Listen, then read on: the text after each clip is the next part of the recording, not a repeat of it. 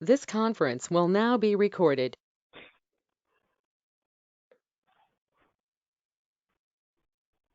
Okay, everyone, we'd like to kick things off. The November 4th Gearhart City Council meeting is now in session. Did everybody get any sleep last night? Hope everyone's doing okay today. Kind of a tense couple of days for sure. But to start things out, I do want to give a big congratulations to Dan Jesse, Rita Fackrell, and of course, Polina Cockrum, the new mayor of Gearhart. I want to congratulate you all. Wonderful campaigns, and it's been an honor to serve with all of you over the last 4 years, but also the last 14 years, being able to serve with several of you on the Planning Commission as well. So great victories, guys, and I know you're going to continue to do a great job for the city of Gearhart. Thank you very much. Thank you. Our city manager, Chad Sweet, is out tonight with a rib injury, so he's in a lot of pain. So we're giving him the night off to rest up. So I'll put my city manager hat on today as well, and I do have his notes from his report, so I'll go over some of Chad's report stuff tonight as well.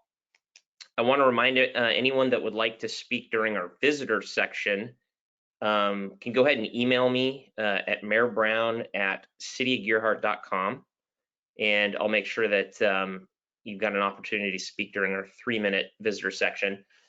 We also have a couple of scheduled visitors. We have Kevin Leahy from Cedar, and Wally Hamer, hopefully is going to be here to talk a little bit about pickleball as well. And so we'll kick things off with those two first during our visitor section. Also during new business, we're going to just do a quick update, discuss a little bit about the grade school. And we're lucky enough to have Susan Penrod, superintendent of Seaside School District here. We've also got Celeste Bogner, who is someone that has put an offer in on the property.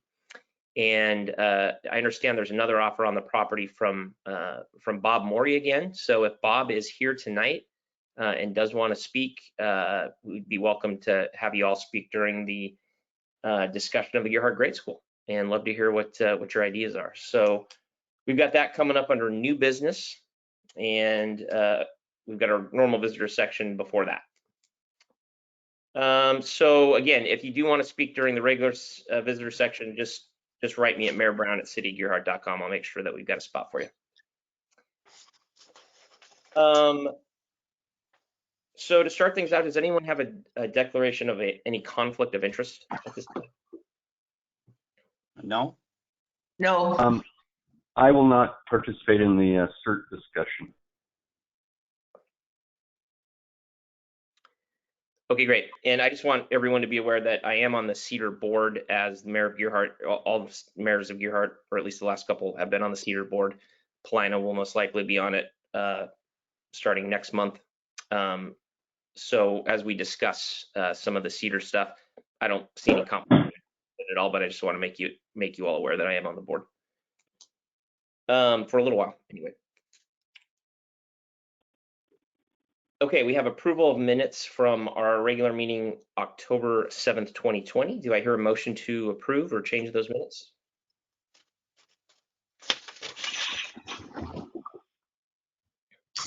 I'll vote to approve the minutes of the October meeting. Okay, do we hear a second? I'll second it. All right, we have a second from Councilor Smith. All those in favor say aye. Aye. Aye. All right, motion passes unanimously. Planning Commission report. I'll go ahead and read the Planning Commission report. This is from Chair Virginia Didium. Dear Mayor Brown and City Councilors, the Gearhart Planning Commission met on October 8th, 2020 at 6 p.m. The meeting was held in the Gearhart Fire Station and via video and teleconference. Commissioners Anderson, Didium, Dudley, Graff, Taggart, and Smith were present. Commissioner Tomlinson was excused. Staff presenters were Carol Connell, Chad Sweet, and Peter Watts, our land use attorney. Carol reported on the new buildable lands inventory and was commissioned after more accurate Gearhart inventory was needed, that 2018 Clatsop County housing study.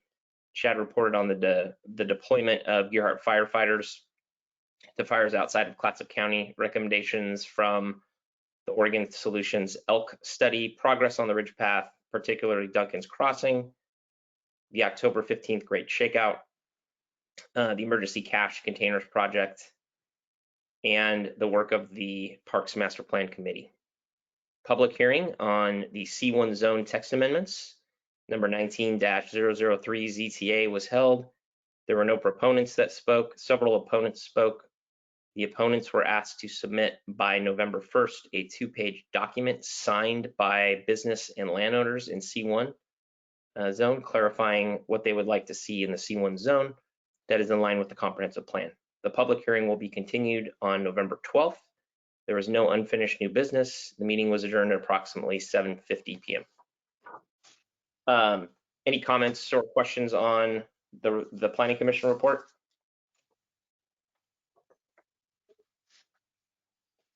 Okay, next up we have the mayor's report. Got a couple of things for you. We had our second Gearhart Small Business Resources and Education Committee meeting last week. Went really well. We've got some action items on the agenda. Number one is going to be doing an inventory of all the businesses in Gearhart, a directory, and vacant commercial locations, not only in the C1 zone, but in the C2 zone, highway commercial as well. So we're going to get started on that. Also on our main City Gearhart webpage, we created a small business webpage that is going to be a work in progress. It's got a few resources on there right now and information on the C1 and C2 commercial zone. So that will be populated with some more resources coming up and a new design. Next up, we're going to discuss this a little bit more with Kevin Leahy, but wanted to give everyone a heads up that the City of Gearhart, through the CARES Act, which was passed by Congress, will have $50,000 to spend, some of it which can go to local small businesses. And we'll be able to discuss that a little bit with Kevin this evening.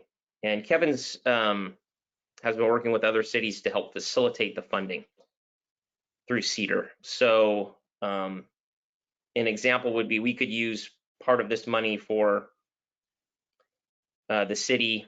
An example would be we could spend $5,000 for personal protective gear, PPE, and then earmark another $45,000 for small businesses in Gearhart. And Kevin and CEDAR would help facilitate getting that money to the right businesses. So that's something we can discuss a bit tonight with Kevin. Kevin is kind of on a time crunch, so in order to meet some of his deadlines, we may need to get Peter involved and maybe even do a special meeting to authorize spending some of these funds. I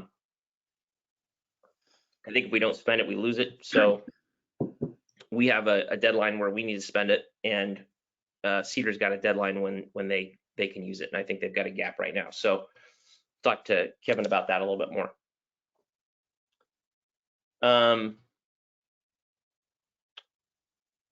That's all I've pretty much got for me, and then I'm going to do a little bit on Chad's report here in a little bit. But before we get to that, let's go to councilor reports.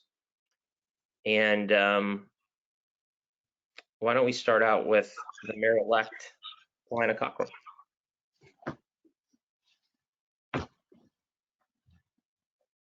Paulina, unmute. I've got 6 items, so I'll try and make these brief. I did meet with Chad earlier in the month about the plan for possible actions that we can take with regard to the elk. We reviewed the possible actions that were given to us from the work group and basically kind of reorganized them into about 5 bullet areas. So that draft is available if anybody wants to take a look at it. A lot of it is public education with regard to the types of plants that are elk resistant, signage kinds of things, what type of ongoing education we can do, and then the potential to have elk corridors where they can safely pass from neighborhood to neighborhood, if you will, and potential resizing of the elk herd. Although we've not got any culling in that plan, not to be done in the Gerhardt city limits. Moving on, then we also had a parks planning meeting. We did not make a lot of progress, and currently we're working on questions for public input on park needs within the community. The CERT group did meet.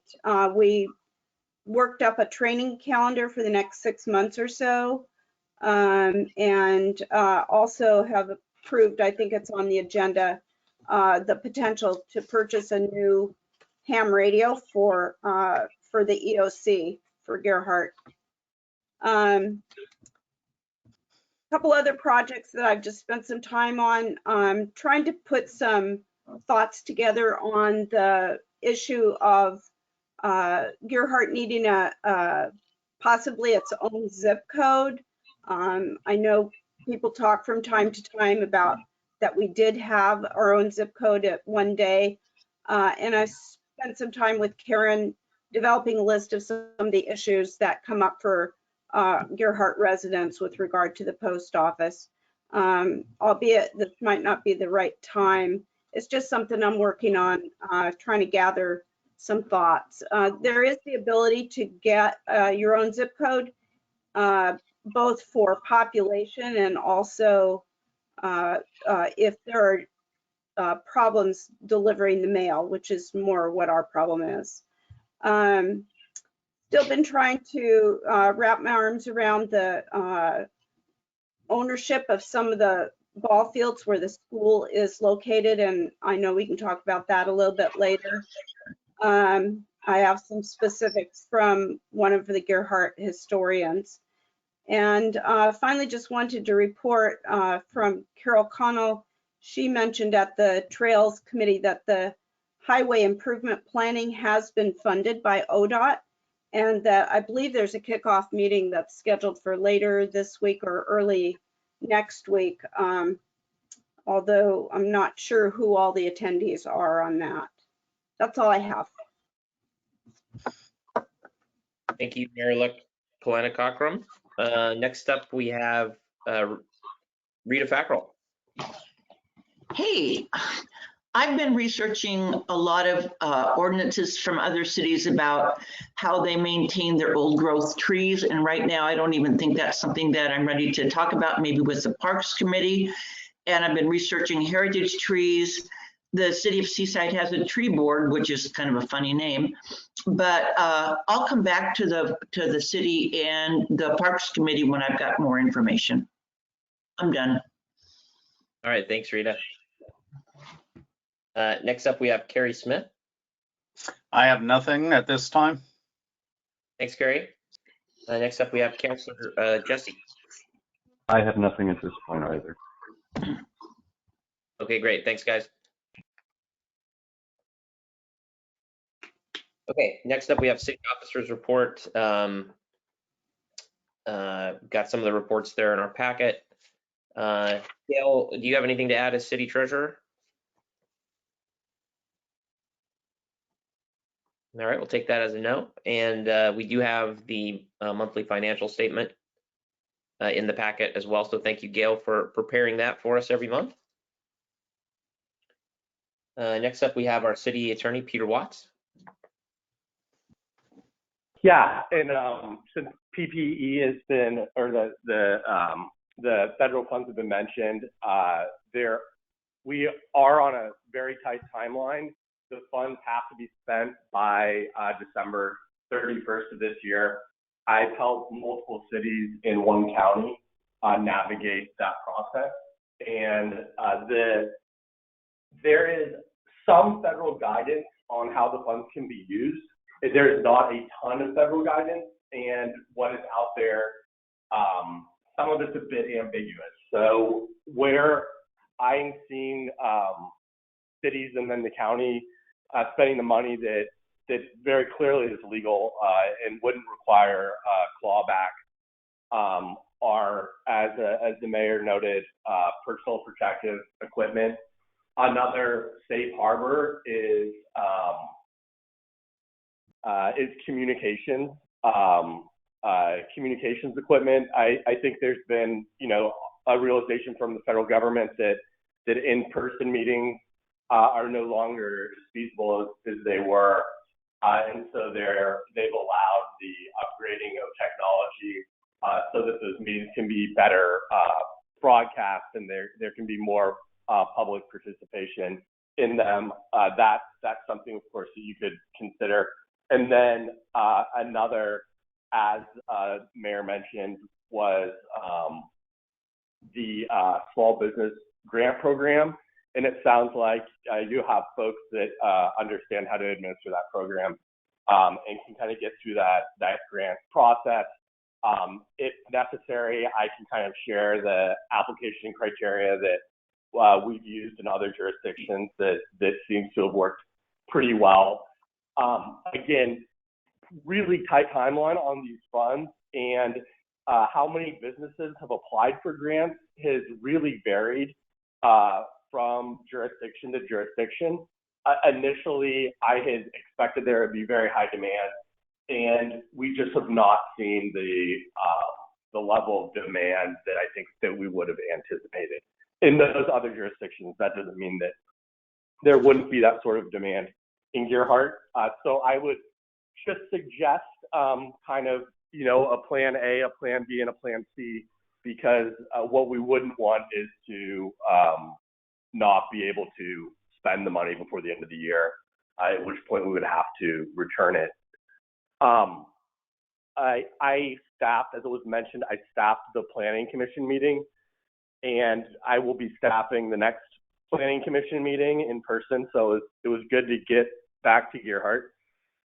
There has been a lot of misinformation about the work of the Planning Commission, how long that work has been going on, and both the intent of what's happening and the practical effect. And so I've received communications from a number of attorneys that simply didn't understand how our code was structured and didn't understand that this has been a nearly 2-year process that we've been going through with, I believe, something like 13 public meetings. Also, there have been actually a handout passed out that had a quote from me discussing the restrictive nature of the C1 zone. And I did that. I mean, that quote was taken out of context. It was part of a larger email, but I wrote that about the old C1 zone, not the new things the new changes that Planning Commission is considering. So that will be we'll be discussing that next week. But for the people that are observing tonight, that maybe have not been part of the planning process, the amendments to the C1 zone that are in front of the Planning Commission have the practical effect of more broadly allowing them to do things, some of which are already doing, and that to take some of the ambiguity out of it and add some more certainty so that people that are interested in being part of our downtown core will really have a full understanding of what they can do and hopefully become part of a thriving group. So that is kind of the goal and the intent. Unfortunately, there's a lot of misinformation out there. We've asked for feedback as far as if people think that there's some additional things that we can do within the confines of our comp plan, which is pretty restrictive, that we get that sort of feedback. We've gotten a little bit of feedback, not a huge amount. So that's what we're trying to do, and hopefully really help businesses that are there now and make it attractive for future businesses. After the planning commission hearing, it will come in front of the city council. So you guys will of course use your own independent judgment and craft the appropriate code. So I think there's a special meeting that's scheduled for that later this month. It might make sense to piggyback those federal funds and that kind of process into that, because I think in order to probably get through that kind of process, we're going to need probably a minimum of 3 more meetings. So to the extent we can kind of add one to the other, that might make sense and make it easier for all of you. And yeah. Sorry, go ahead. Oh, no, go ahead. Oh, I was just going to ask you the process on the federal funds for the CARES Act. So Well, I would. It's been. I've done it pretty informally. I mean, what we've gotten from other city councils is an idea of kind of the categories of, for instance, I was in a jurisdiction that had very dated video equipment. There was only one camera in the room, and the audio wasn't great, so people had trouble hearing. And so they took a certain percentage of their funds to spend on upgrading that AV equipment. They spent a certain amount of funds to buy plexiglass and other things to kind of keep employees safer. You're allowed to spend a certain amount of funds on things like deep cleaning. And then, business grants. There have been, it's basically, it's not supposed to be a replacement. In fact, it can't be a replacement for funds that you don't receive, that you ordinarily would. What it can be used for, though, is to just do the things necessary so that you can continue kind of functioning as a public body, and so that members of the public can participate in that, and that you're keeping employees safe and members of the public safe. So, for instance, the Planning Commission, that was an in-person. We did it at the firehouse, was mentioned. Chad, I don't know how he did it, but he managed to get some microphones where they, on a ladder, kind of some microphones where they needed to be, and other things. And there were people that were able to participate electronically. But I imagine that, and there were quite a few people that were there in person. I imagine that that the audio may not have been great, things of that nature. So that's kind of an informal first meeting where you talk about safety equipment to the extent that we need it, audio, video, what percentage we go to small grants, business grants, and the folks at Cedar might have a good idea about demand. That's difficult to predict. And then the second meeting, we would need to adopt it. We can do that via resolution. We don't have to do it via ordinance, because this is administrative in nature rather than legislative. And then just making sure that we can get out the money. If it looks like we're getting to the end of December and for whatever reason there hasn't been as much demand from small businesses, or that if you guys were to decide to go with audio video equipment that it's just far less expensive than we'd anticipated, at that point we probably want to have an emergency meeting so that we could authorize expenditures for something else. Peter, so technically you could do it all at one meeting. In other words, you could come with some ideas, decide on something, and just pass the resolution at one meeting. In case Cedar's on a timeline where they need to distribute the funds sooner rather than December 31st. Absolutely. I mean, sometimes, particularly if you're getting equipment or stuff like that, you want to identify that is a priority and then go out and look at kind of what the expense is. And so that's where jurisdictions have done multiple meetings.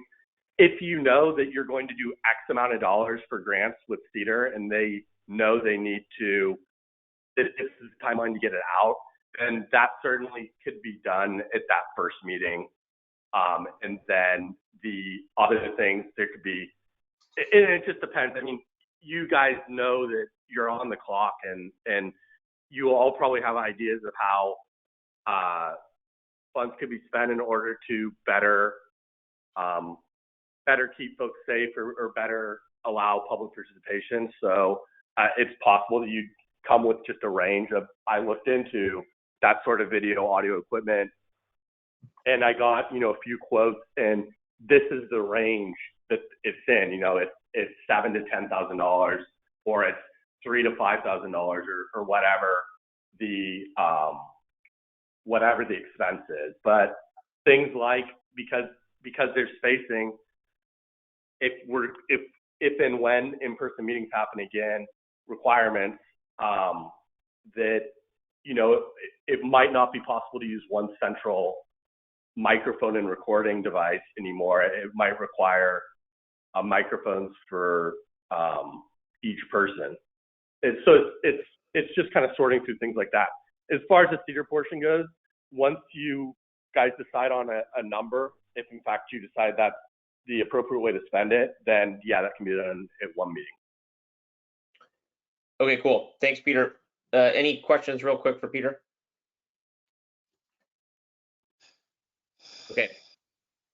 Thanks a lot, Peter. We'll discuss here further with Kevin in our visitor center. Appreciate it. Okay, next up, City Administrator Chad Sweet. I'm going to sub in for him today. I just have a couple of quick notes from Chad. Paulina touched on this before, but Oregon Solutions Collaborative ELK project. Paulina's done a great job of consolidating some of the tasks for the city. So it'll most likely be on an upcoming agenda, maybe December, January, I would guess. And that will be indicating what commitments the city Gearhart will be doing on the proposed solutions for the elk. The Ridge Path, just a quick update on that from Chad. They received $4,600 in tax deductible donations so far. They're still accepting more donations for the Ridge Path and also seeking grant opportunities. And Chad's going to give a full construction update. Sounds like they're doing some work, but Chad will give a full construction update at the December meeting as well. So if you do want to donate to the Ridge Path and the Duncan Crossing area, please get in touch with the city. Great Oregon Shakeout. There's a report on that in correspondence. Sounds like things were plans were downsized last minute due to staffing. And there's a plan to resume emergency notification alert and EOC exercises next year. The fire station update, just real quick, we're still in our due diligence phase with the High Point location. Right now we're waiting for Peter and court judgment on just making sure that we're allowed to build at that High Point location, that there's nothing that would hinder that. Also finalizing costs. So the goal would be to get a report to the public a due diligence report that has all the final cost estimate, would have the tax implications if we're going for a bond, and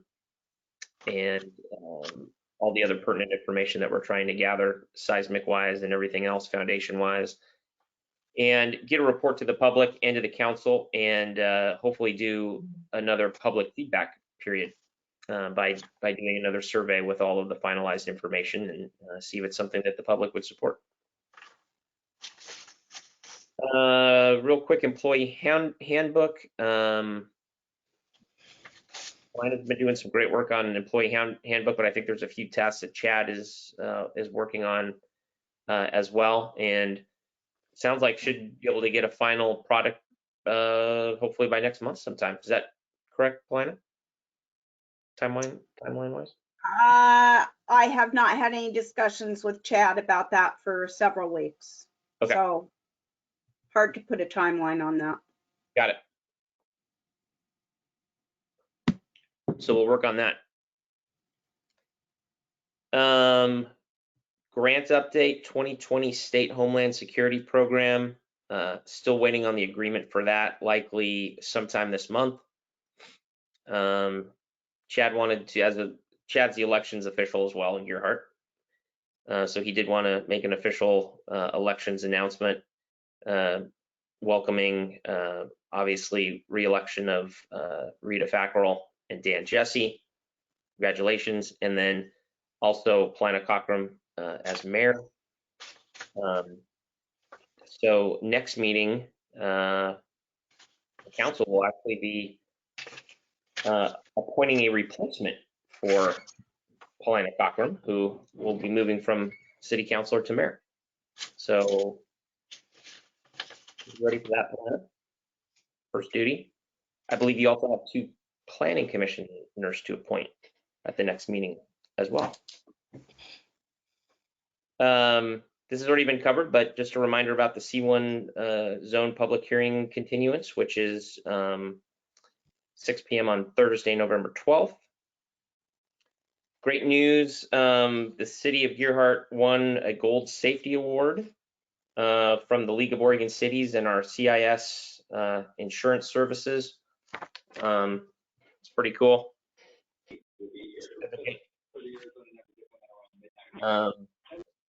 Injury frequency rate of 0 for the years of 2019 and 2020 with 13 full-time employees. Congratulations to the city of Gearhart for that. Just a quick Gearhart Fire Department update. Our task force from California did return 2 weeks ago. Obviously want to thank them and thank you for all that they do and for coming back safely. We really appreciate everything you guys do. Just on the radar real quick, I mentioned the planning commission appointments for next month. The application for planning commissioners is online and will be accepted until 4 p.m. Wednesday, the 25th of November. Any questions for Chad?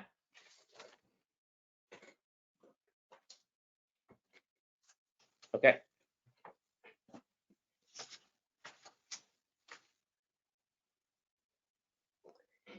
Next up, we have correspondence. Anybody have any questions or comments on any of the correspondence we received?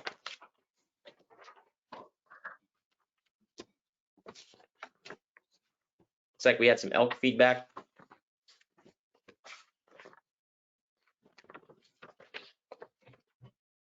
Okay. Okay, next up we have our visitor section. So we're going to kick things off with Kevin Leahy first. Kevin, are you here? Yes, I'm Mayor. Thanks, Kevin. So Kevin, talk to us a little bit about Cedar's role in distributing some of these funds to small businesses, and tell us a little bit about your deadline as well. Yeah, I appreciate that, Mayor. Thank you very much. Good evening, everybody.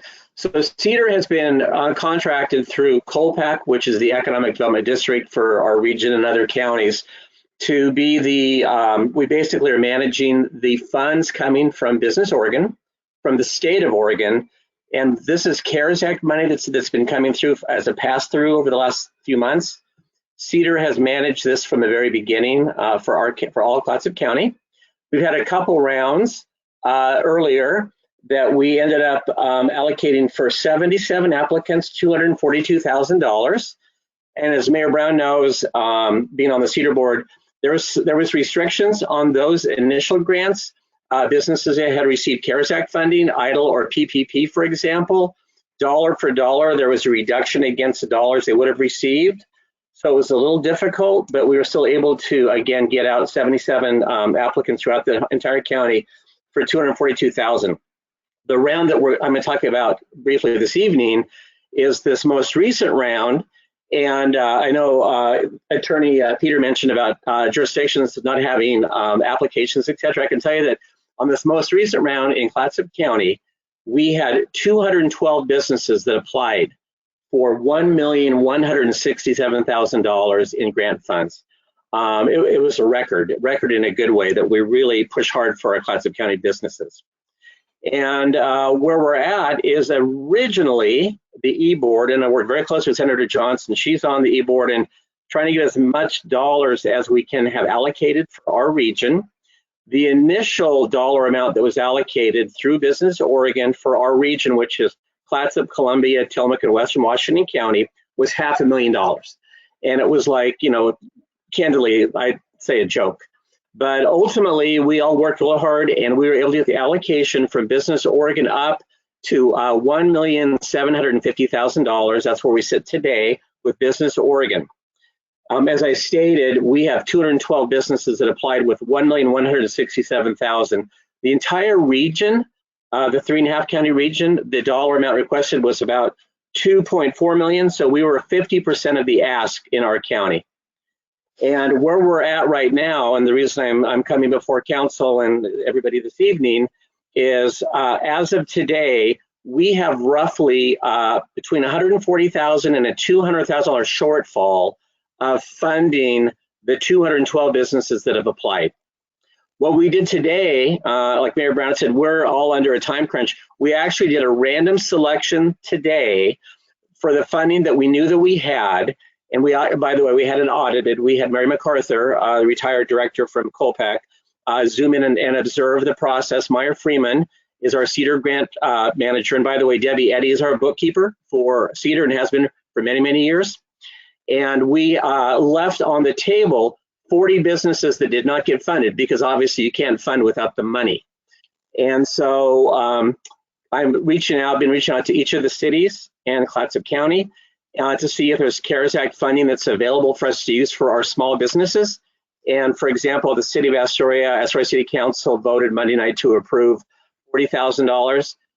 Clatsop County Commission met this evening, and I know it was in their work session for $50,000, those dollars that they had left. I've been working with the other cities. You know, for example, Warrington had allocated the dollars in other buckets, but they said come back to see kind of what's left. So I'm just, again, looking at an opportunity to work with the city of Gerhart, the $50,000 that city of Gerhart has from CARES Act funding, to see a percentage or what we could be working together on for our businesses. And by the way, the 97138 zip code, the dollar amount in the current request is about exactly $246,000.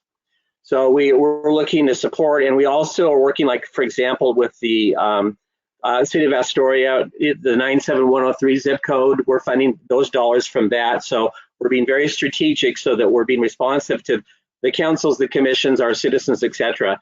And I'm just here tonight to say that we're very excited about, you know, leading the charge here in the region. And I just also want to mention quickly, I received from Business Oregon, sorry, there we go, a little chart here showing all the CARES Act money that has been allocated statewide. I'll pass this on to you, Mayor Brown, and the distribution of funds. And in the small business relief side, the North Coast, which we're part of, we are 3% of the population.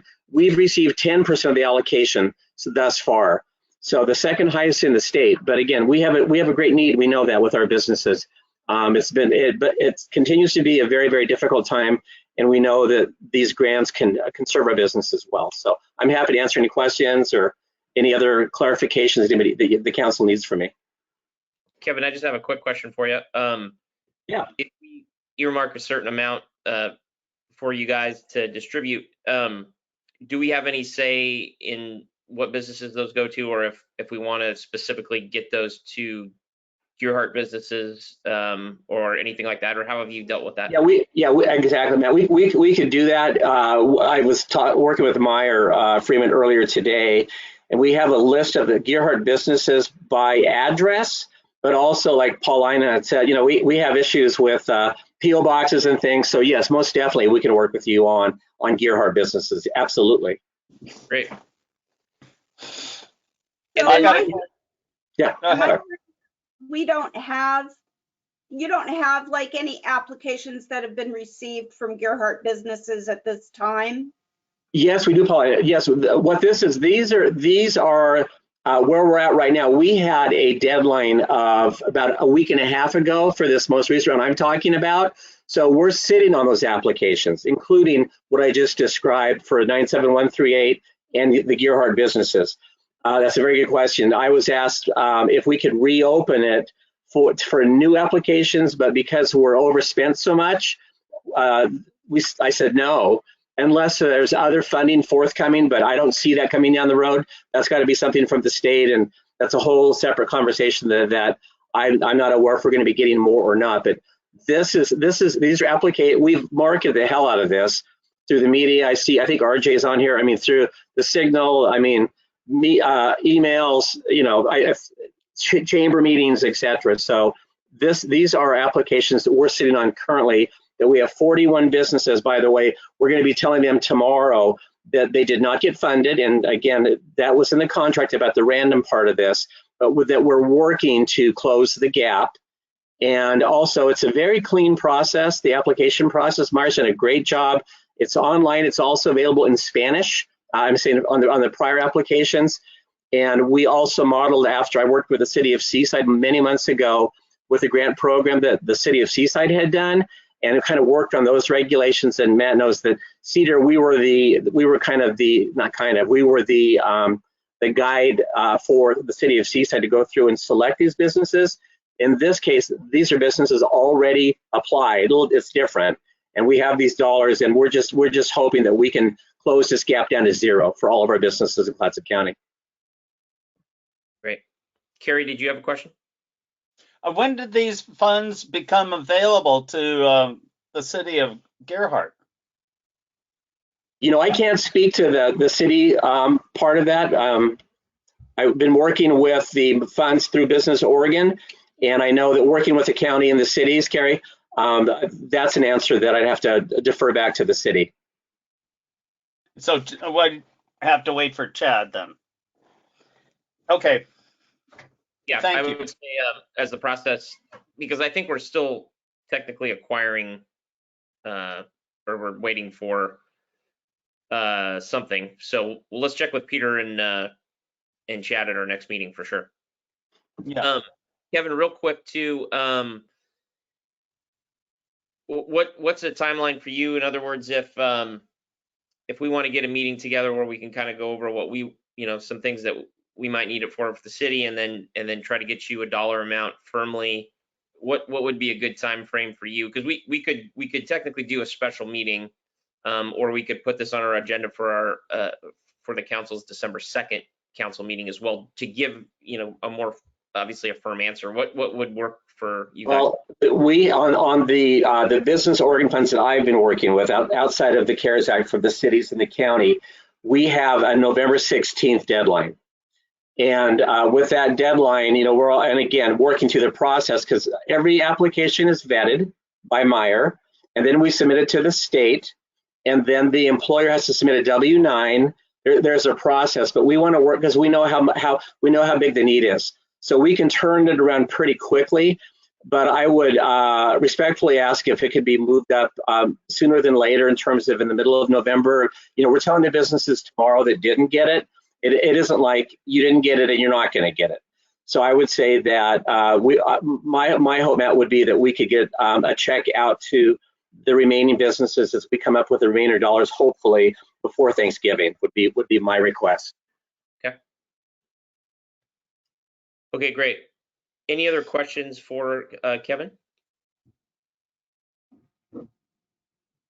Can I also mention on the PPEs at the very beginning of your meeting this, I'm working with Melanie Olson on all these things, including, she had called me weeks ago about that $10 million that Business Oregon had in PPE, and she was asking me about, could Cedar manage that? And I said, no, that's more like the chambers could do that, like they've been doing distributing. And I sent her a text tonight, Matt, you brought PPP.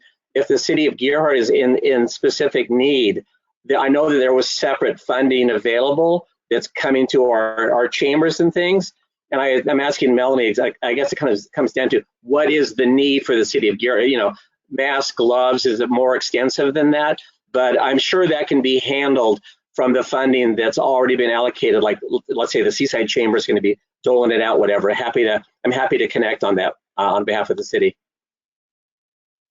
Okay, Kevin, great. So it sounds like process-wise, guys, we should really allow Peter and Chad to kind of get the details in line, come up with some suggestions, and then kind of have staff present those at a special meeting. And then we can kind of decide how we want to divide these up and hopefully get them in the hands of some local Gerhardt small businesses through Kevin and Cedar. So for an action item, Peter, why don't we discuss with Chad here coming up by the end of the week? Chad, Mayor, could I ask a follow-up question? Yeah. The $50,000 that we're talking about this evening, are those CARES Act dollars? Yes. That was my understanding. That's my understanding, yes. Yeah. Okay. It originated from the CARES Act, and that's why it's a little bit confusing, because we did receive kind of several emails, but from different agencies, and it actually is a little bit confusing, Carrie, to your point on what we could do and what we couldn't do with these, or what we were allowed to have. So so I say we can kind of have Peter and Chad get all the logistics figured out and prepare us for a meeting where we can kind of decide on some of this stuff. Is that a good idea, Peter? Yeah. So I just want to make sure I'm absolutely clear. So is the ask from Cedar that we use CARES Act funds to backfill the Business Oregon grant program because that was insufficient for businesses? Is that because with the CARES Act, we're dealing with the December 31st timeline to spend the funds, and that's very different than a November 16th. So I want to make sure I'm understanding exactly where the dollars are coming from and then the timelines associated with them. Yes. So to answer, like working with the city of Astoria, because this is like current news with what I've been working with, you're correct with that December deadline on that CARES Act. We had a separate deadline because it was different funds coming from the e-board through Business Oregon, but we're trying to knit it all together. But again, we know that has to be spent out by the cities and the county by the end of December. We're just trying to get into the hands of the businesses earlier. Okay. All right. I have a better understanding now. The November 16th deadline is, Kevin, that's my deadline for the current funds. On the local businesses' needs. Correct. So the deadline for the Business Oregon funds, which is a separate program, is November 16th. And what I hear you saying is, because of demand, those funds were insufficient. And what you would like to do is use CARES Act. You would like the city to allocate the city's CARES Act dollars, or some proportion of it, to the businesses that applied in that program, but were not selected because there were insufficient funds. That is correct, yes.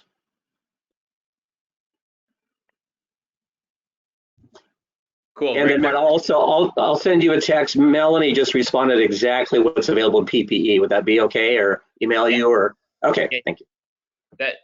And we'll get that information out to staff and prep for that special meeting. Thank you very much. Thanks, Kevin. We'll be in touch. Kevin. Okay, appreciate it. Thank you. Okay, next up, before we get to our regular visitor section, is Wally Hamer here? Wally? Okay, so Wally wrote a really nice letter about pickleball at the last meeting and is interested in maybe expanding our pickleball footprint here in Gearhart as it's become very popular. And he wrote a really nice letter, and we were hoping he'd come to answer a few questions and see kind of exactly what he's thinking and what our funds are looking like. And in lieu of him being here, Matt, can you hear me? yeah, is that you, Wally? Yeah, I'm on the phone. I can tell. How you doing, buddy? I'm doing good. Good. Thank you for your letter, and we just wanted you to give us a little update on pickleball. Sure, I'd be glad to. First, just on behalf of all the pickleball players in the community, we really appreciate the Gearhart courts. They have far, way over and above what we thought, and so many people have used them. So it's been really good, and I want to thank, and I know all the people that play want to thank the city council, Chad, you, Matt, for supporting that. It's been great. So just kind of give you guys an update. Ever since you allowed us to go on back to the courts due to the COVID, I kind of lost count how many people have played, but there's been, since I think we started kind of at the end of April, and we've been playing ever since. In fact, we played this past Monday. And so I'd say probably we play at least 4 days a week. There's 8 to 12 people that play, and that's the way it's been ever since April. And but one thing I've noticed is there's been a lot of other people using the pickleball courts. And, when the pandemic, the quarantine, so to speak, kind of hit, there was a lot of people out of towners using the tennis courts as well.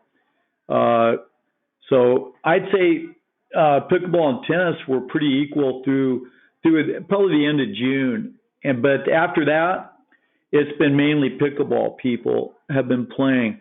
But we've really gotten along. There's a few local tennis players, and we've gotten along really, really well with them. And it's worked out really well as far as, sharing the courts and stuff.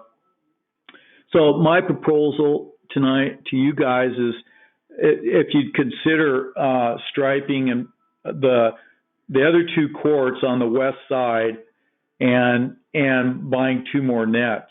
That's our proposal. And I'd say the most people at one time we had was 28 people on the East courts on a Saturday. And so, only 8 people can play at a time. So that's a lot of people sitting around. And it probably happened at least 3 or 4 times like that.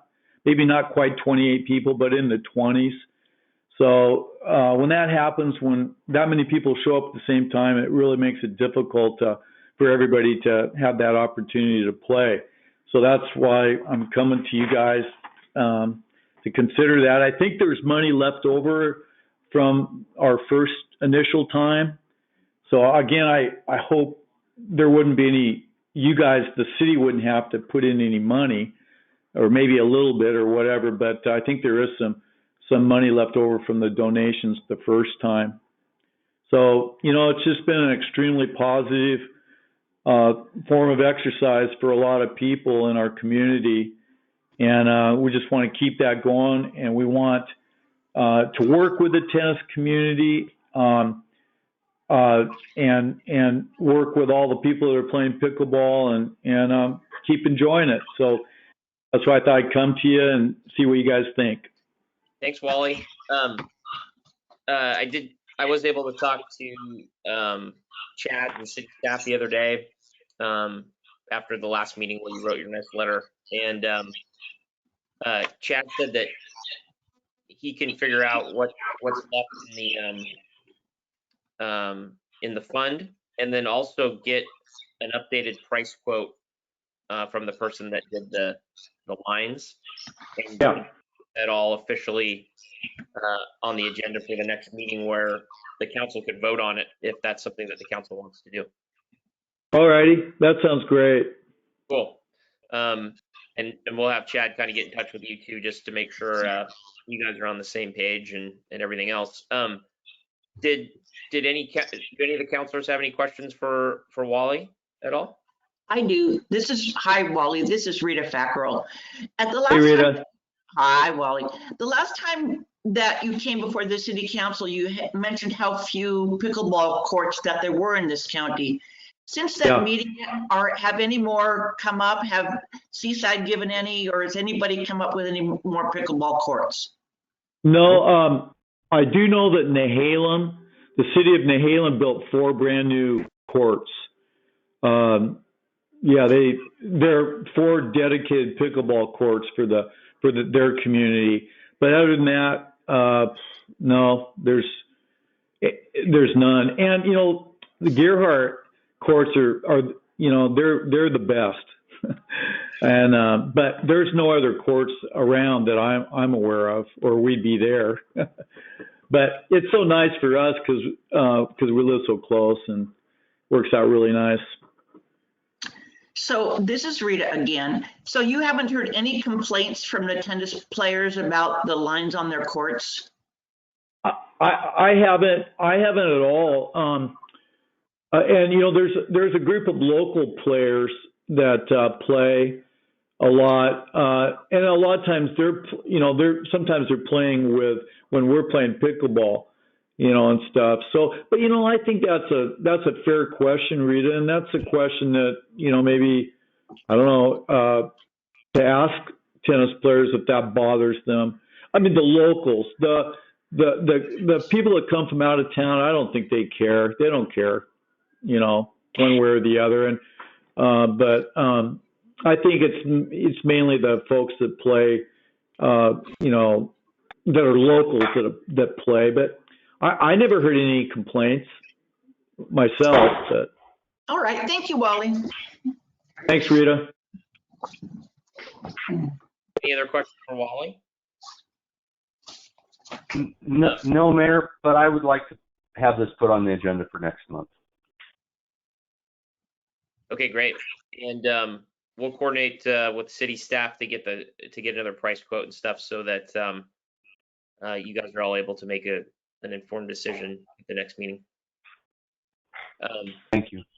Hey, Wally, I just wanted to let you know too, and Kalanick is too, but I have made sure to talk to our folks on the Parks Master Plan Committee that pickleball should be something to keep on the top of their list as well. Well, I really appreciate that, Matt, because it's you know, there's just a lot of people that enjoy it and stuff, and I think it's a great form of exercise that anybody can play. I appreciate that, Matt. I just have one question with regard to pickleball in general. Should we be thinking about something indoors as opposed to being outdoors? Yeah, we would love that, but you know, there's no indoor courts except out at Camp Rylea, Right. and they're regulated by time, you know, when they can use it. But you're right, that would be awesome if we could do some kind of indoor court, but you know, that's a lot more expensive than putting lines down on a tennis court. Right. Dream big, though. What's that? Dream big. Absolutely. Yeah. Well, hey, Well, thanks a lot, thank you.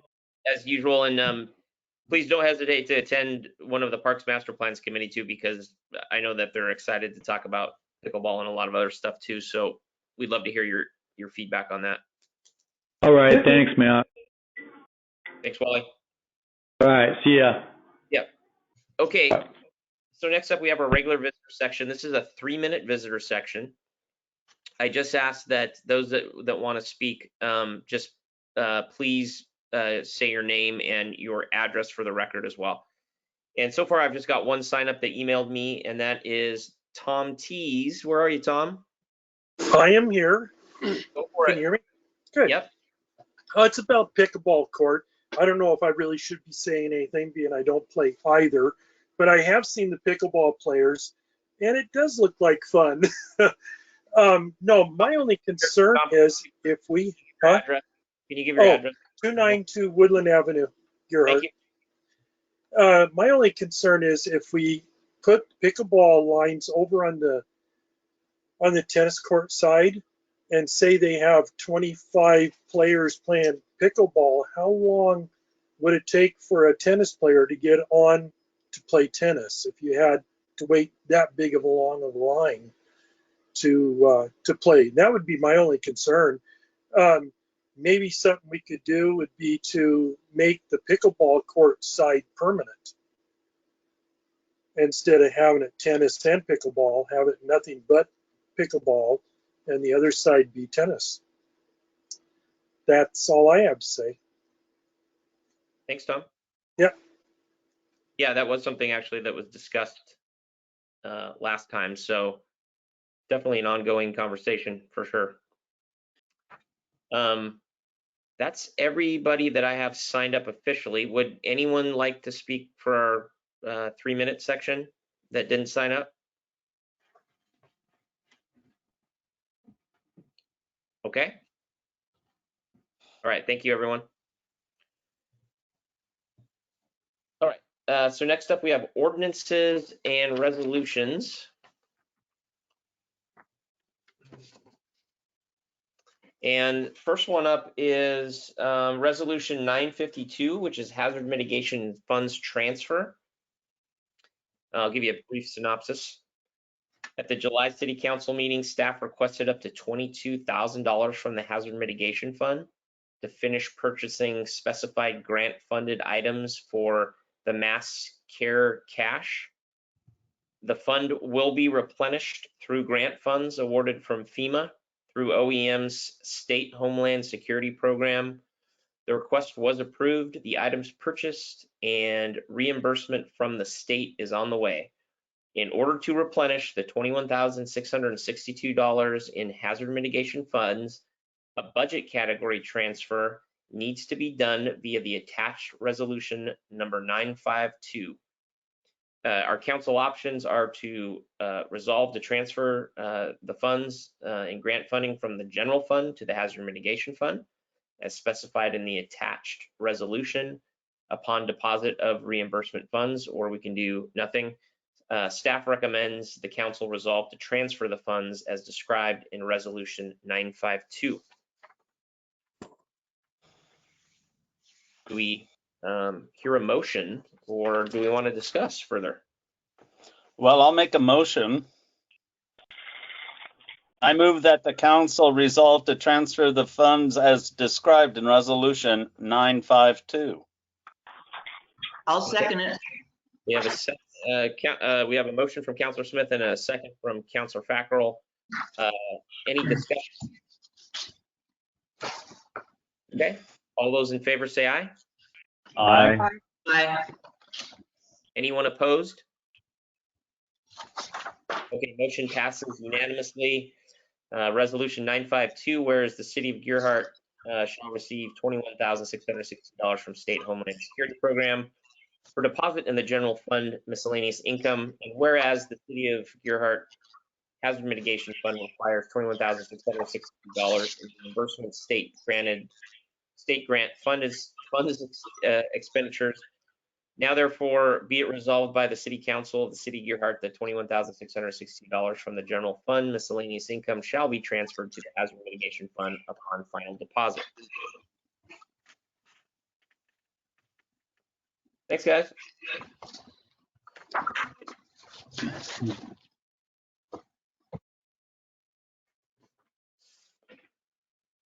Okay, moving on to old business. We have Nicanicum Watershed Council project list. The Nicanicum Watershed Council applied for state revenue sharing funds through the City of Gearhart during the 2021 budget adoption process. Funds were awarded in the amount of $1,000. Coordinator Angie Riesland contacted city staff with a list of possible project ideas that would benefit both the city and the NWSC. The list was given to the council at the August council meeting, where questions were asked. Staff researched answers from with the NWSC and returned the list to the council in order to prioritize the top 5 for the September meeting. Last month, the council expressed interest in revisiting the narrowed list given to the NWSC. Both the submitted list and recently received follow-up NWSC are attached. Recommendations: council confirm the attached list meets priorities or makes changes. Any discussion with that?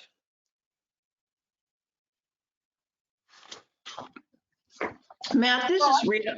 Who highlighted the yellow? I mean, there's a whole bunch on this list that's highlighted. Did you do that, or who did that? I did not do that. Okay, thank you. I am not Mayor on Brown, the highlighter. can I chime in? Yeah. So the list is what Angie had submitted, and the yellow is what Chad highlighted when he returned the list back to her. Okay. Thank you. You're welcome. Great So question. are the highlights to mean those were the things that we last month had some discussion saying these were what we thought were the most best choices or our best priorities? Yes.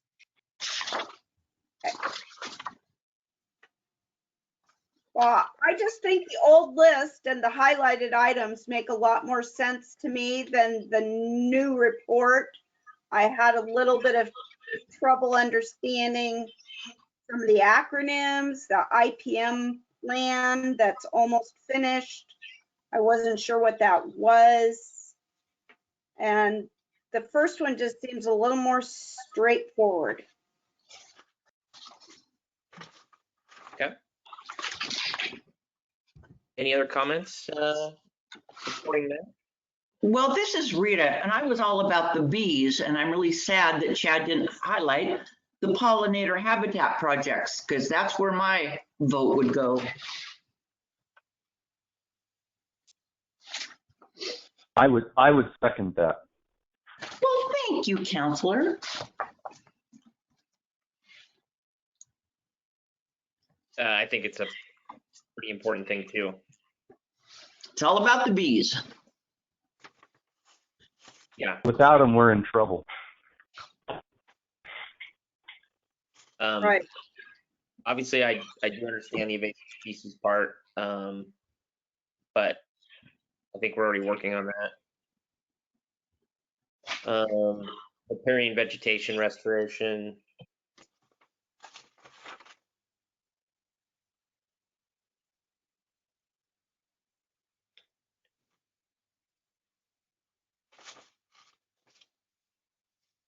Blaine, what do you think about the insecticide, herbicide stuff? Yeah, absolutely. I mean, it's a good way to improve the bee population, I'm sure. I had that circled. Also, the two above that, household waste. Although I think we've done a good job at. When I think about household waste, I think about the plastic that's dropped on the dunes and everywhere. Little bags, things like that.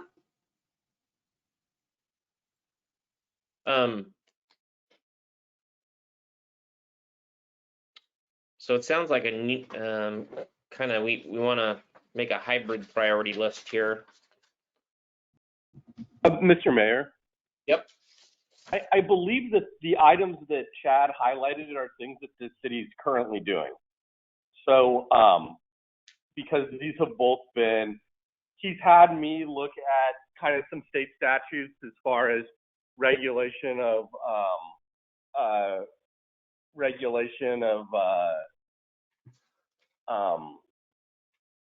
pesticides and things of that nature.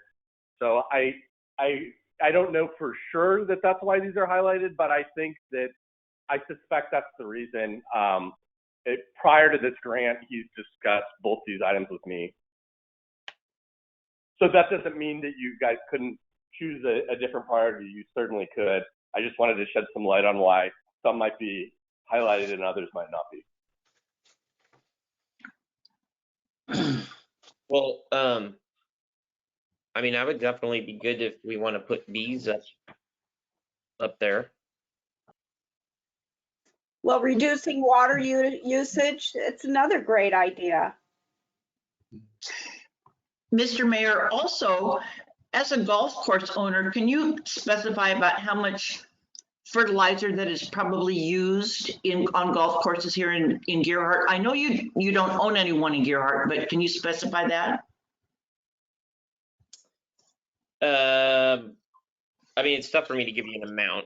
I understand. I have no idea what the amount is, but I can say that we've talked about this a little bit before, that golf course practices are really getting into more minimalistic ways to keep turf healthy, and using a lot of nutrients in the soil, and having the soil naturally become its own self-sustaining, basically self-sustaining life form. So I know that, I know like the Gerhart Golf Course, they practice a lot of those type of things. Some of the new modern things where it's less chemicals and things like that. But I don't really know, like the total amount of nutrients and water and everything like that. But I think those are things that are easily able to be obtained through records, like with the Gerhart Golf Course folks, Forrest and those guys would probably have some pretty good records of that stuff. Okay, thank you. Yeah.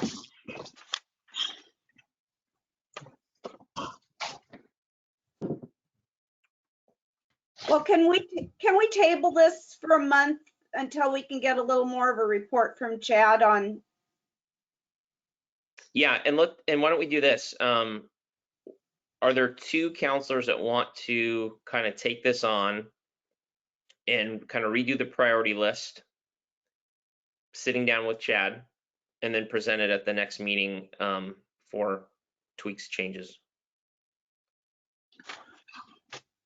Well, I can do that. Right. We got Rita, one. I'm not going to be here for a couple of weeks, so I'm not going to have the time. I can definitely do that if Dan doesn't have time. I'm not in the area a lot at this point, so it probably is better if you're able. Okay. So Paulina, I'll get in touch with you and we'll figure something out. That sounds good. Yep. Great, guys. And I think from what we talked about, it sounds like we're all kind of on the same page. So looking forward to that. All right, guys, guess what? We're all the way to new business. Some people will be happy about that. Yeah. Thanks for being patient, everyone. So we're going to kick things off. We're going to talk a little bit about the Gerhart Grade School property. Just a little genesis on this.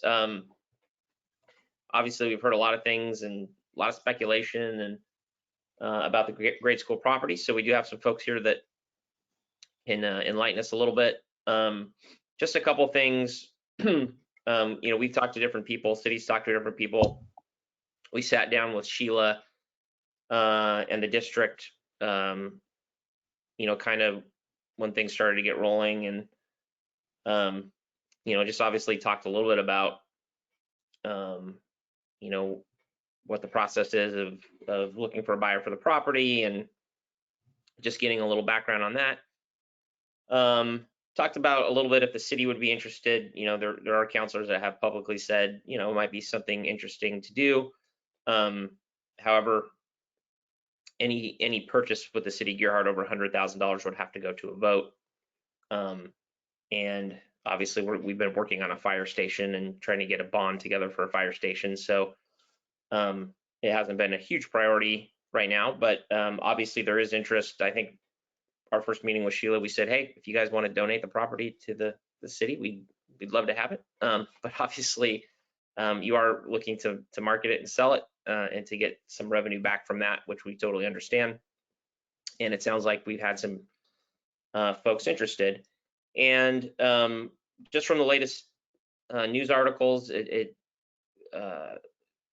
were 2 articles recently about offers that have been put on the property, and we do have at least one of those folks here to talk about that a little bit and talk about some ideas. But I would like to ask Susan Penrod, do you have anything that you want to share at this point, or any updates that you want to give to the city or any folks?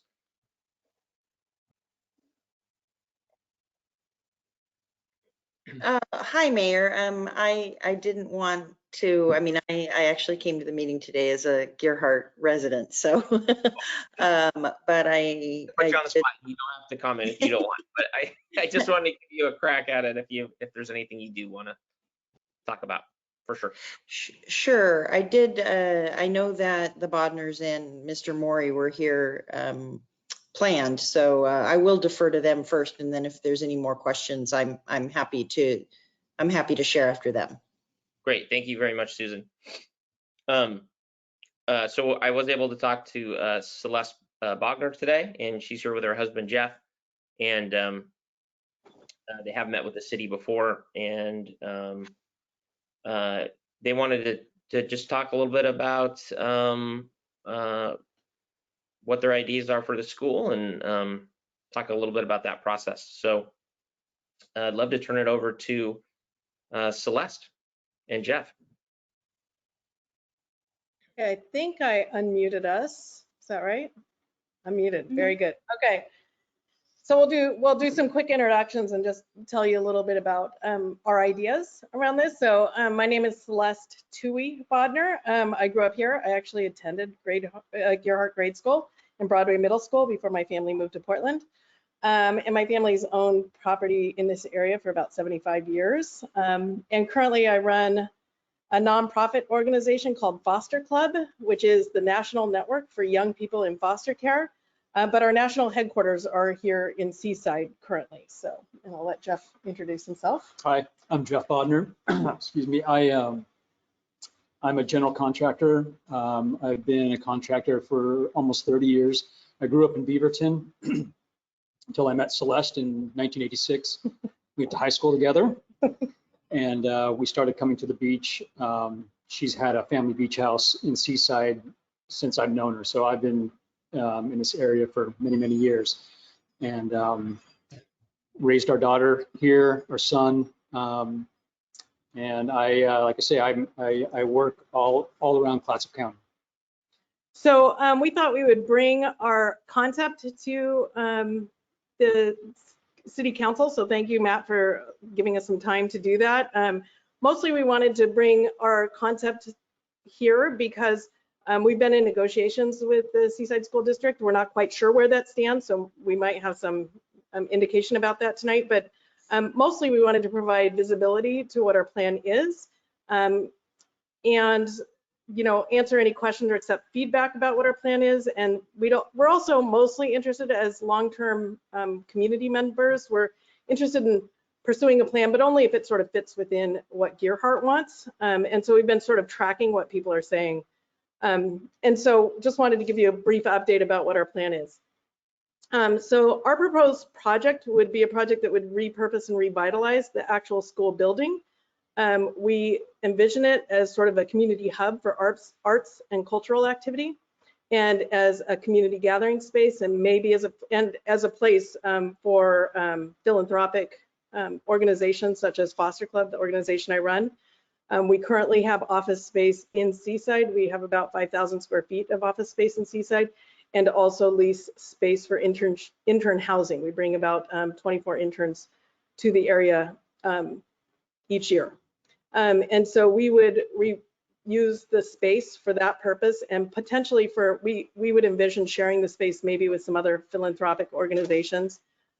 Some that came to mind that are favorites would be arts or culture organizations, or maybe even the Clatsop tribe, for instance. although we haven't talked to them about that yet. We would imagine a mixed use for the actual school building, starting with light renovation that would prepare the building for office space for the organization's work, dorm style lodging, again, not public lodging to compete with hotels or motels or anything like that, but dorm style lodging to serve program purposes. And then also community meeting space that would be available for like workshops, meetings, events that would be hosted by collaborators or community members or as rented event space. Part of our plan is that through this process and in talking to the city, we've come to realize how important the park space is for citizens in Gearhart. So part of our transaction would be, part of our proposal is to actually donate the park and field space to the city of Gearhart to retain and protect as park space in perpetuity, and that we would retain the building part of the property. In exchange for that, yeah, that we would look for some sort of zoning change that would allow for our use, and the use that we would propose is probably the RCPD, which is the Residential Commercial Plan Development Zone, which is adjacent currently to that property. It's where the old drive-in is. And so this is the plan we're sort of outlining, and would be super interested in hearing feedback or suggestions about that. Okay, thank you, Celeste. Would any counselor, does any counselor have any questions for Celeste and Jeff, or anything that they like to discuss? I want to go over a little bit of history. It really warms my heart, Celeste, to hear that you're considering trying to keep the ball fields intact and the play areas. The history that I've gotten from one of our Gearhart historians, and I believe at City Hall in the vault, there is a book. It's not a book, it's a type script from Bunny Dorr. It's called Gearhart History, and this comes from page 31. And it talks about that the property came to the city for the use of the ball fields for the kids. It was, I believe, at a council meeting on June 7th of 1944. So it was post-war. There was a lot of land shuffling that was going on, future planning. And so I've been asked a number of times by people in town to just make sure that the city actually doesn't actually have some legal right to those ball fields. And some of those answers may be right there in City Hall. So that's my concern, is just to make sure that we work through those issues, whatever your planning process is. Thanks, Mayor-elect. I would like to say, like, we see the retention of the ball fields and the soccer fields, if you want to call it, you know, the other field space, and actually the playgrounds, as being really congruent to the use that we're proposing, because the organization I run is an organization for young people. And so my primary consideration and sort of my life's work centers on wellness for youth and young people. And so to us, maintaining those fields is actually really congruent to our plan. So I appreciate that history. I was actually really excited also to learn that Gearhart School itself was designed by one of the first women architects in Oregon. That was a little bit of my history looking, and my grandfather was an architect and actually designed the house, was the architect for the house that we live in Seaside.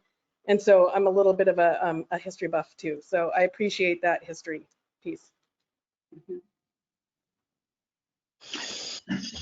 Hi, this is Rita. And will you be purchasing this as a nonprofit organization?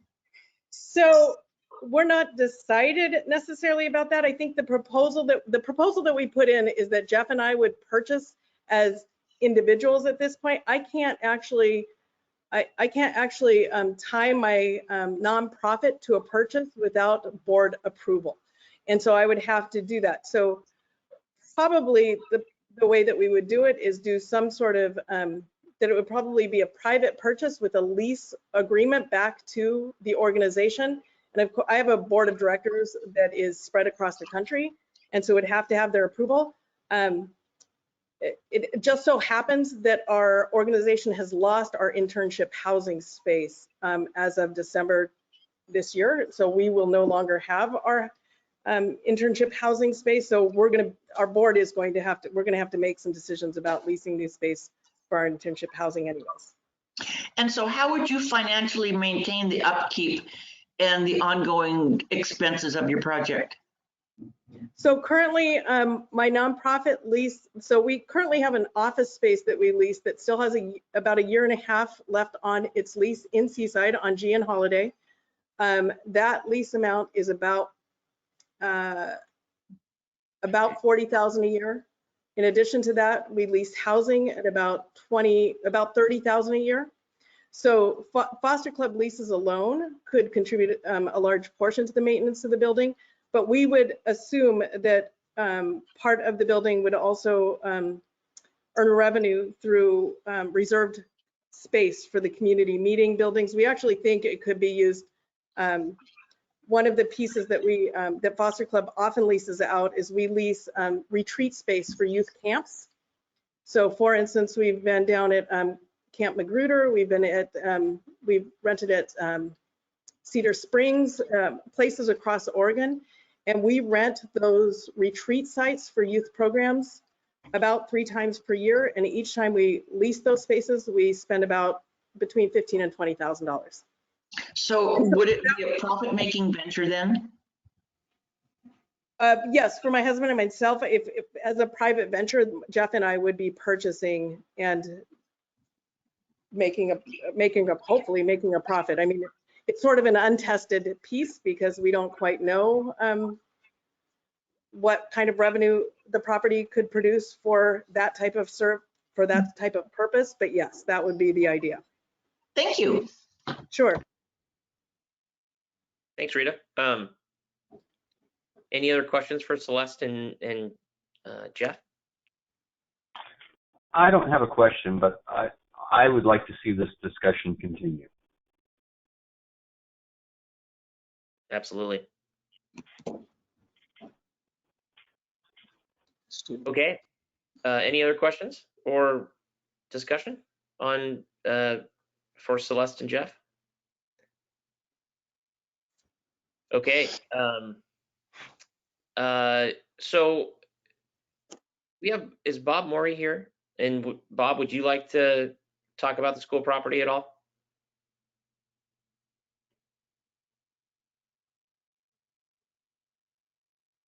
Okay.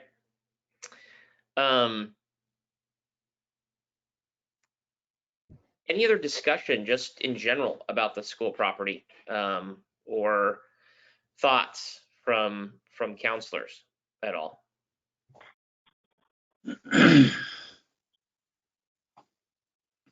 Well, if I'm not hearing anybody going first, so I'm intrigued by the idea of somebody willing to take on the responsibility of the building and having it open to public use through some fee structure, but making sure that the ball fields and playground and such was available for the community. To me, that's a pretty good win-win for everybody. Yeah, for sure. I would agree 100%. I think the idea of having the community meeting space also is really desirable.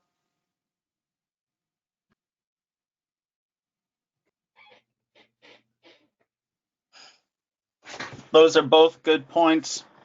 I just, if you're going to be using it as a dorm, I would like to do a little look-see in the zoning code for that, just to make sure we're not going to open up a door that may be hard to close later on. Mayor Brown. Mm-hmm. Yeah, Peter. This project almost anyone, I mean, any buyer that purchases it is going to require a rezone, a comp plan amendment, et cetera. In order to get a better idea of exactly what the appropriate zoning would be and whether it would fit within our code, I think we need more information regarding the number of people that would be there, as well as like if outside organizations were coming in for meetings or what have you, you know, is that short in duration? I mean, is that a transient lodging type of thing? As far as when you say dorms, I mean, I think of more of a college semester type of thing. So is that, you know, would there be long-term residents? Like, what's the duration? All of that would be really important to know. Just so as you as the council discuss the zoning and comp plan amendments, we would make sure that it's feasible within whatever zone is selected. And the other thing is, if it's more than a short-term residential, so if it's more of a long-term housing type of scenario, then that goes into our, you know, that potentially impacts our housing needs analysis, buildable land inventory. And so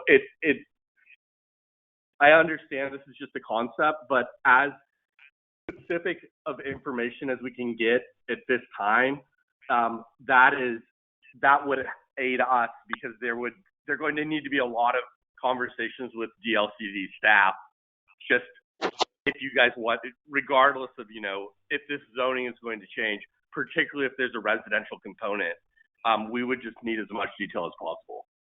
Hey, Peter, and just to let you know too, I know Celeste and Jeff have been talking with city staff a little bit, with Carol in particular, and giving her some of those details as well. And I think, Celeste, you can talk a little bit real quick about clarification on kind of what you're talking about the overnight stay component. So, yeah, I think we're interested in feedback about what is possible. I can tell you what my organization currently uses and would need. So currently we run retreats for young people that are usually 2 or 3 days in length. So, and the type of housing that we prefer actually is dorm style lodging. So it's twin bunk beds in larger rooms with shared bathrooms. It's not a replacement for sort of hotel type lodging. It's bunks. Actually, the current place that we have is, we call the bunk house. So, because it's bunk beds. So we have that kind of use for retreats. Then we have interns. Right now we have 2 types of interns. We have 6-week interns and we have full summer interns. We also might consider, again, depending on if we are to collaborate with some other nonprofit organizations, we could imagine a situation where we, for instance, might, if we were to work with an arts organization, for instance, that they might want to have an arts in residence program. We don't have that solidified. We don't have a partner in mind. So we're interested in what the possibilities are. I specifically have an interest in art. So we're interested in looking at what the possibilities would be. My organization cannot use the full, I think it's 30,000 square feet. So we would be looking to build collaborations with other nonprofit organizations or arts or cultural organizations that fit with youth programming. Thanks, Celeste. And I think just in kind of having some preliminary discussions and talking to staff a little bit, you know, there's definitely some, you know, avenues of zoning that everyone would have to look into, including the existing zoning and how those definitions pertaining to community meeting buildings and whatnot, which isn't allowed use, what the interpretation of some of that stuff is. So, you know, I think as these processes move on a little bit and potential buyers, you know, kind of discuss zoning and things with the city and with the district, you know, maybe we'll be able to flush some of that stuff out a little bit as well, and at least provide as much detailed information as possible. Any other questions? Any other discussion? Susan, do you have anything you want to add at all, or we appreciate you listening in on the call for sure. No, not at this time. Thanks. You're welcome. Thank you. Okay. Anything else from the council at all? Okay, everyone. So it sounds like there's some potential offers on the table, and obviously wish the best of luck to everybody. And you know, the city's always here to provide information as best we can about zoning or anything else the city can provide informational wise. Don't hesitate to reach out to our city planner at any time. So we do appreciate it. I have a question. Yes. Hi, I'm Cheryl Newman. We live right behind the ball fields on Kerschel Circle. Cheryl, So I've talked to you before or emailed you and some of the city councilors about our concerns about keeping the playgrounds. Hey, Cheryl, could you give your address for the record real quick as well? Yeah, 758 Kerschel Circle. And we live in Beaverton, but we have a vacation home there and we're there quite often. But we're right behind the ball field in the corner where the movie theater was.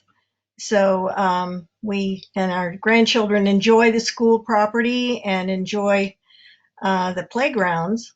And realizing that those are the only playgrounds in the city of Gerhart, it would be nice to maintain them. I'm wondering, the school district was going to move the playgrounds. Is that still in the stages of that, or is that not going to happen? Anybody know? I'm happy to answer that.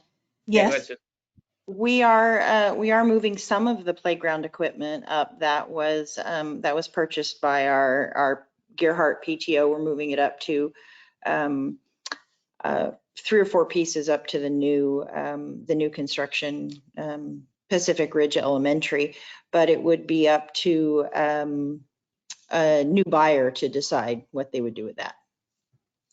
The remaining.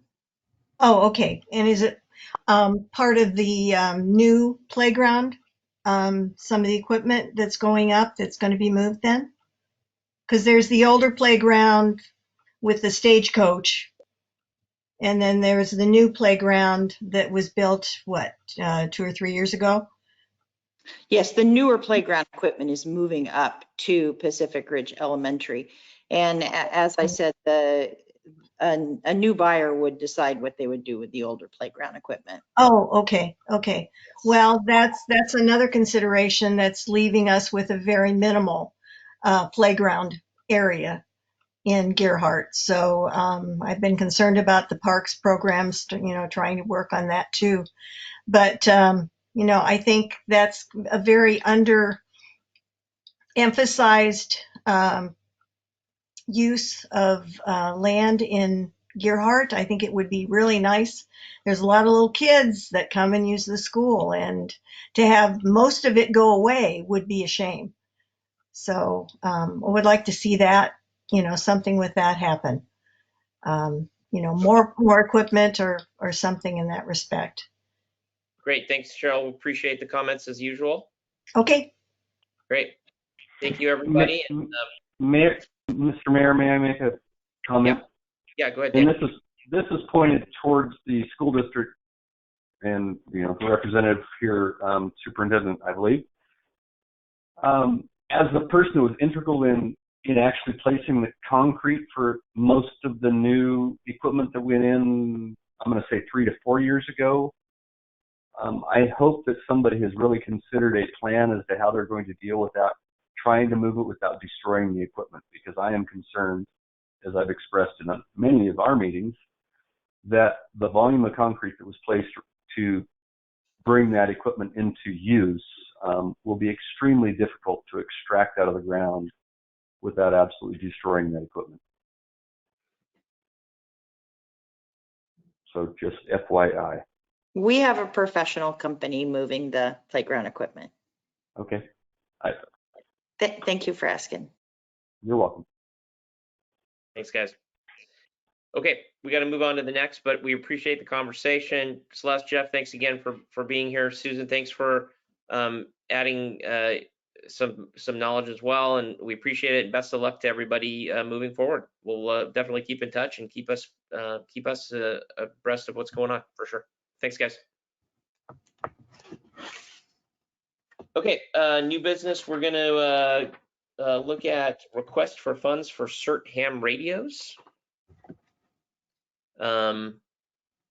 This is under new business. We're gonna, the synopsis of this is the City of Gearhart's local CERT chapter is seeking funds up to $2,000 to purchase ham radios with mobile capabilities.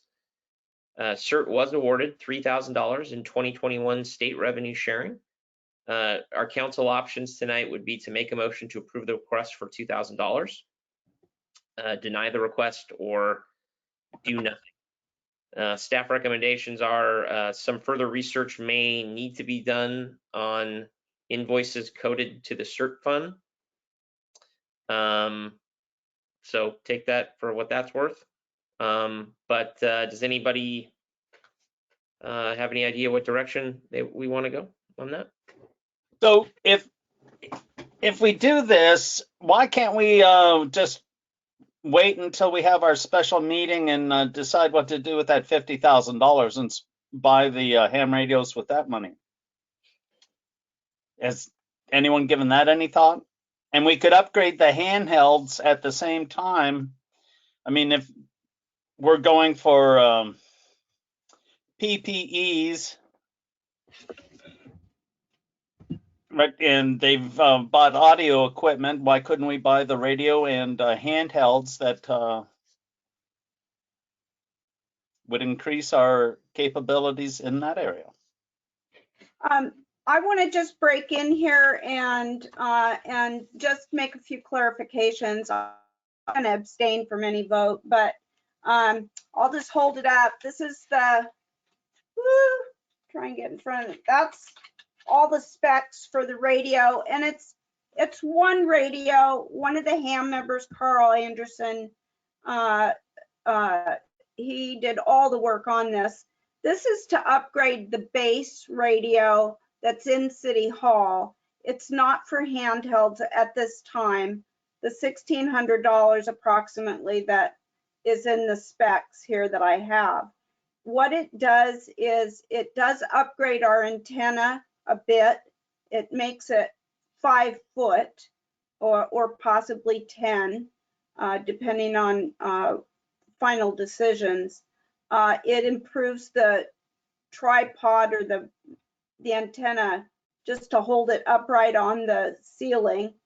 And it also provides for everything to make that radio mobile. So if we truly had to evacuate City Hall and go to an evacuation source, we would still have ham radio capability. It provides for all the power supplies that would be required to be mobile.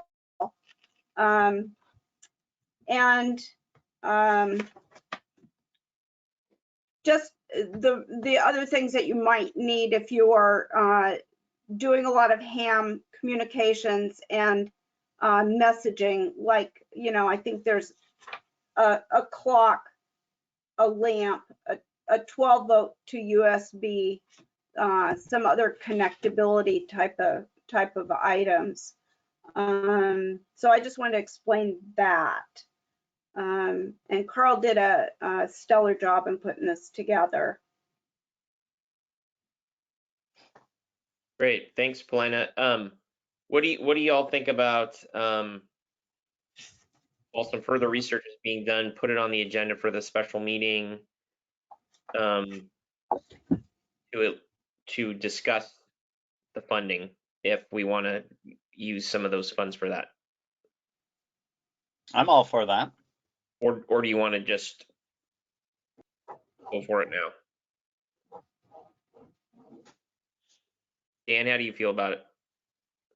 Well, I will abstain from voting on anything, but I don't understand how the CARES funds could or should be used for this type of purchase.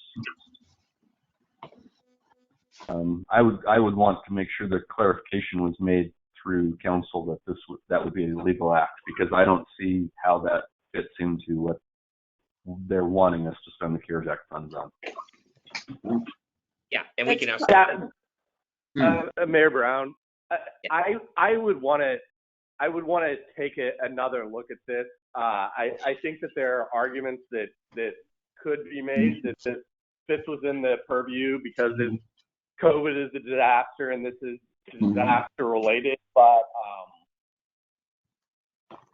you know, I think I'd probably want to take a look before recommending that you use CARES Act for this.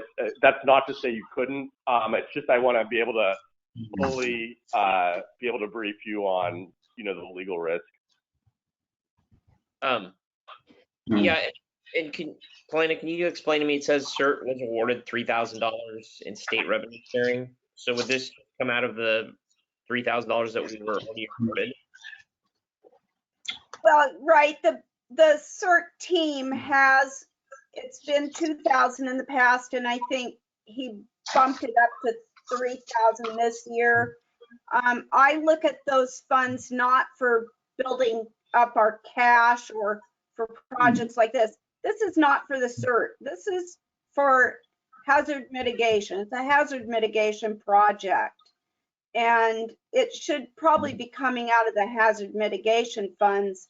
It's just that the CERT happens to have a half a dozen ham radio operators who are forming a group that is performing and practicing in the event of a disaster.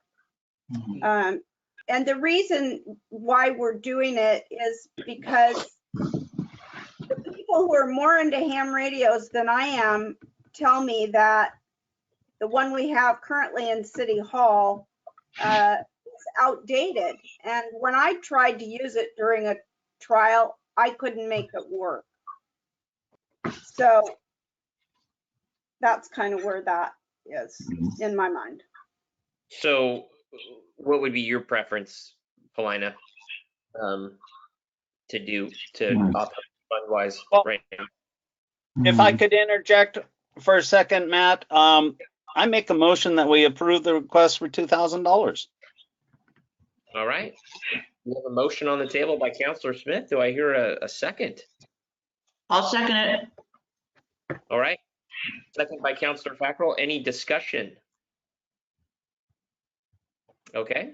All those in favor say aye. Aye. Aye. Anyone opposed? Abstain from my two abstentions.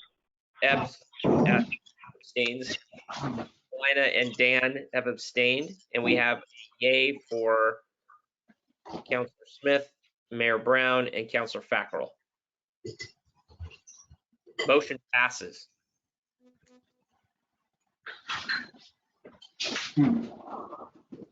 Okay. Thank you all. Okay, guys, next up, we have one more item on new business, and this is a request for funds for the water treatment system manifold repair. The City Public Works Department is requesting to spend $40,000 in water reserve funds to purchase the needed parts for a necessary repair to the water treatment system. Please review the attached explanation and quote from Public Works Director Mark McFadden. I'm going to read that so that the public can get the gist of what the problem is as well. Right now, council options would be to make a motion to approve the request for $40,000, deny the request, or request more information on the decision. So let me just read this. Is from Mark McFadden, Public Works Director. Electrolysis created during a backwash along with chemical addition. Hey, Rita, can you mute your phone real quick? Thank you. Electrolysis created during a backwash along with chemical addition has caused the stainless manifold that holds all the membrane filters to decay. There are pinholes being created throughout the manifold. This has created extensive damage, making it impossible to repair or weld. With these tiny holes, the membrane units will not pass the daily integrity test that introduces 15 psi air into the manifold for 120 seconds and measures the start to finish loss ratio, obviously. There are 2 manifolds in each unit, and they must be completely dismantled and the manifolds be replaced. It will be a very time-consuming and labor-intensive repair that I will be doing myself, meaning Mark McFadden. This needs to be done ASAP to avoid complete shutdown of our system. The lead time on these parts is 5 to 7 weeks. I am working with the manufacturer and their engineers to see what can be done to stop this from ever happening again. We are not the only system this has affected. So this is something that systems like ours do happen from time to time, it sounds like. But we need to get the repairs or the parts in, and then Mark McFadden can repair this as soon as possible. Staff recommendation. Staff recommends approving the request per attachments because the work will have to be done to maintain the system, and there's a significant lead time on parts. Attached is a photograph of something, and then obviously we've got the quote for the parts. So with that, oh, by the way, financial analysis on this, the Water Reserve Fund currently has $1,274 and $1,274,602.45 available in our Water Reserve Fund. So council option is to make a motion to approve the request for $40,000. Do we hear a motion? I'd like to make a motion that we approve the request for $40,000 for the water treatment system manifold repair. All right, I'll we have second that. on the table from Councillor Smith. We have a second by Councillor Jesse. Any discussion? Okay, all those in favor say aye. Aye. Aye. Aye. Aye. Anyone opposed? Okay, motion passes unanimously. All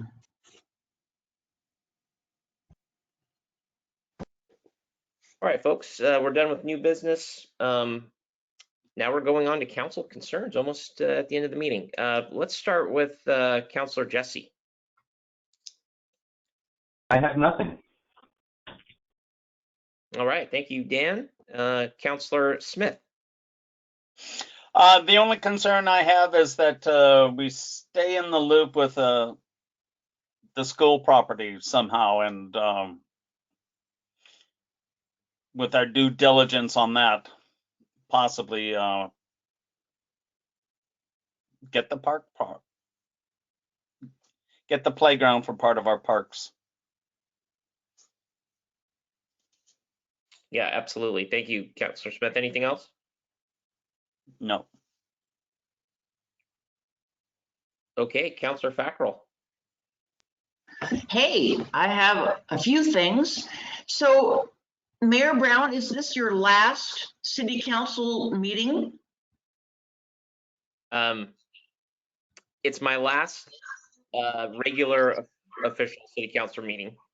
Well, I want to thank you for serving. When I first came on board, Mayor, I was such an idiot and I didn't make any motions or any seconds except for to adjourn.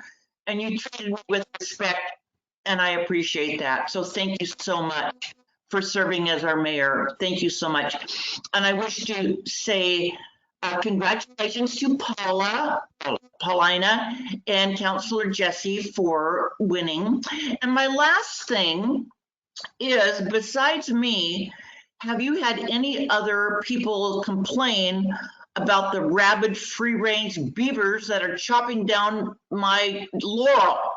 Have you had anybody complain about these rodents besides me? Well, Rita, I caught that beaver on video, so we have evidence now. They're horrible. They're horrible vermins. And I know we're not supposed to feed the wildlife, but I can't stop it. So just letting you know. Thank you, Mayor. And you're an awesome mayor, and I love you. So thanks. Thanks, Rita. That means a lot. And you've been such a great asset to the city council. So I'm really happy I appointed you, and I know you're going to have a long career, and I appreciate everything you've done as well. Thank you.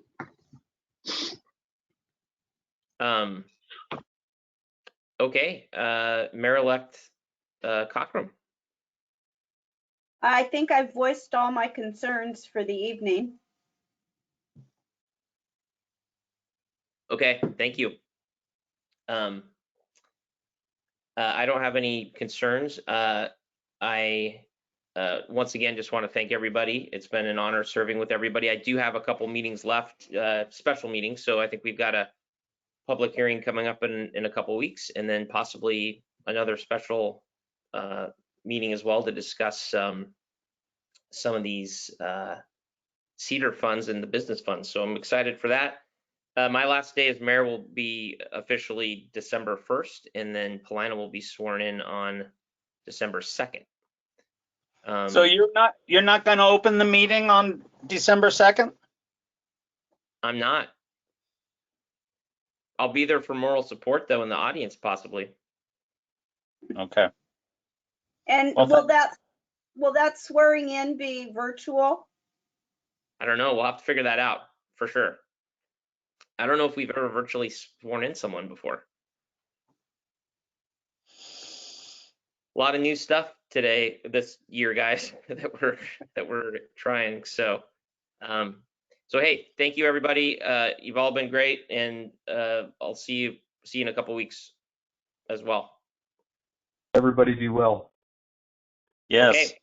Do we hear an official motion to adjourn? I make a motion that we adjourn the meeting. Hey, this is Rita. Of course, I second it. Right. All those in favor say aye. Aye. Aye. All right. Thanks, everyone. Have a great night. Good night, all. Good night. Bye.